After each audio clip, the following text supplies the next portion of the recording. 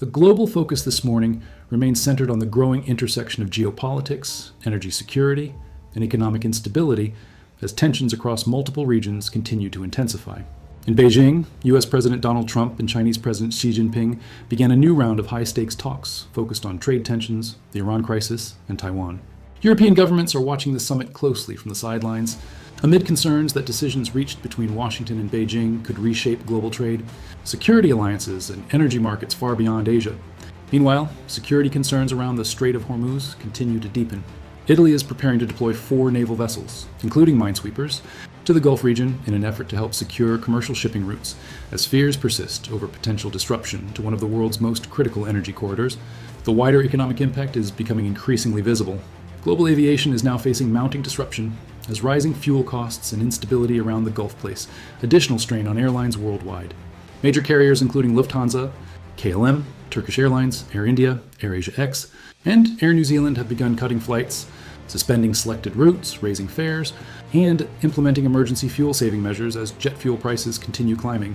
Regulators across Europe, Asia, and other affected regions are also issuing contingency guidance as airlines revise schedules, consolidate operations, and attempt to preserve fuel supplies and financial stability.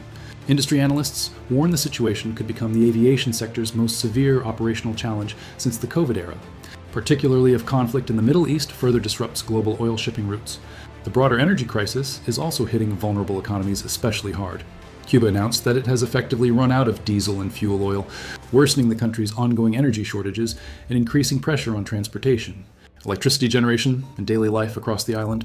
In Eastern Europe, Russia launched fresh drone and missile strikes on Kyiv overnight. Ukrainian officials reported injuries and structural damage as ceasefire efforts remain stalled and military operations continue across several regions. In Europe, Italy is also moving toward a major shift in long-term energy policy. Prime Minister Giorgia Meloni is reportedly paving the way for the possible return of nuclear energy decades after the country suspended its atomic program, reflecting wider European concerns over energy independence and long-term supply security.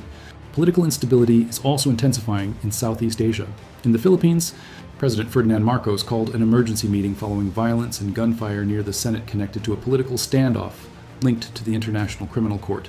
Meanwhile, in Myanmar, the military junta continues large-scale operations against resistance groups, with observers warning that the conflict is becoming increasingly fragmented, difficult to contain, and more dangerous for civilians across multiple regions. In technology and regulation, the European Union has reached a new agreement aimed at simplifying artificial intelligence rules while moving specifically to ban nudity applications, part of broader efforts to tighten oversight of rapidly advancing AI technologies.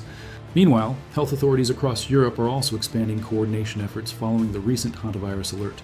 Italian officials have placed several individuals under observation and sent samples to the National Institute of Infectious Diseases, Lazzaro Spallanzani in Rome for further testing as cross-border monitoring measures continue to increase. And in environmental news, a major wildfire on Mount Feta in Tuscany, central Italy, forced the evacuation of approximately 3,000 people after flames spread across more than 800 hectares.